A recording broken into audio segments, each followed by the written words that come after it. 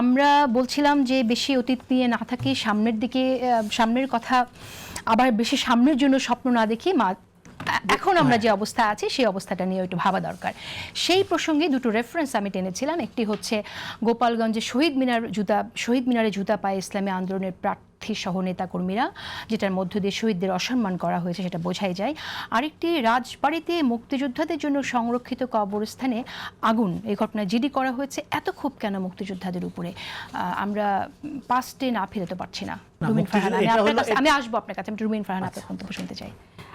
দেখুন, এটার যেই কারণগুলো জামাতের ফেভারে যাচ্ছে সেই একই কারণ এখানেও প্রযোজ্য, কিন্তু যেই অফেন্সগুলোর কথা আপনি বললেন সেটার ব্যাপারে রাষ্ট্রের কিন্তু ব্যবস্থা নেওয়ার বিষয় আছে।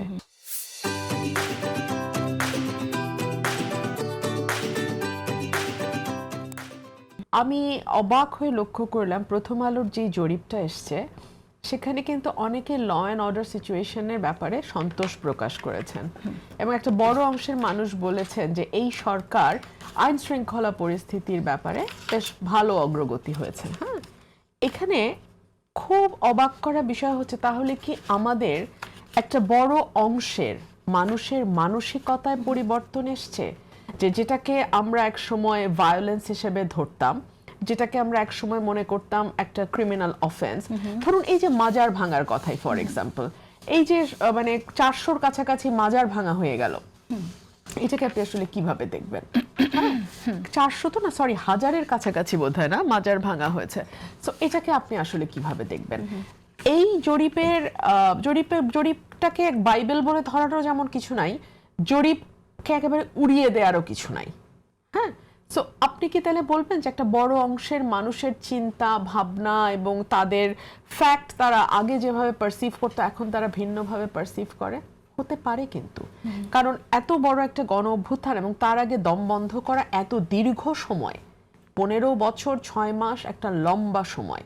এই সময়টা মানুষ যেভাবে ছিল, তারপরে হঠাৎ করে মানুষ যখন দেখলো যে না ঠিক আছে 1.5 মাসের মাথায় ওই সরকার পালিয়ে যেতে বাধ্য হয়েছে, তখন মানুষের মনোজগতে বিভিন্ন রকম পরিবর্তন আসতে পারে।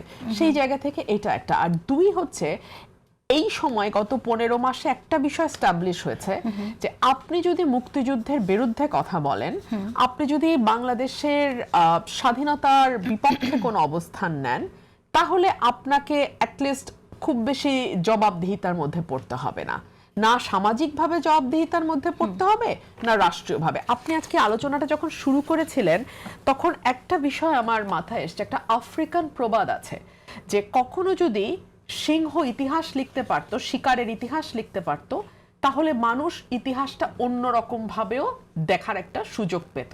যেহেতু সবসময় বিজয়ী শিকারীরাই ইতিহাস লেখে, সো সিংহের ন্যারেটিভটা কিন্তু আর কখনো সামনে আসে না। আওয়ামী লীগ একটা আইন করে ইভেন মুক্তিযুদ্ধের ব্যাপারে কি আলোচনা করা যাবে কি যাবে না, কি কথা বলা যাবে কি বলা যাবে না, সেটাও তারা ডিজিটাল সিকিউরিটি অ্যাক্টের মধ্যে দিয়ে বাস্তবায়ন করতে চেয়েছে। কিন্তু ইতিহাস তো তেমন নয়, ইতিহাস বহতা নদীর মতো।